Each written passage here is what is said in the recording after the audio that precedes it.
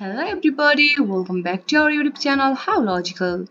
In today's video, I'm gonna show you guys how to log into your Airtel payment bank account. For this guys, what you need to do is just open up any web browser, as I have already opened the Google Chrome, and bring up the search bar and type in Airtel payment bank login and hit the search. Make sure guys it takes you to the official link www.airtel.in. Just click on that first link. It might take a while to load in, wait for it.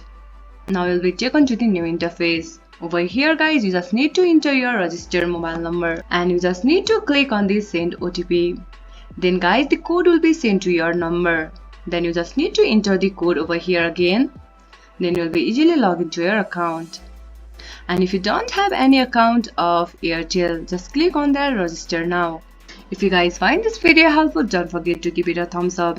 And do not forget to subscribe our channel and also hit the bell icon for our latest video and drop a comment for reviews and more content like this.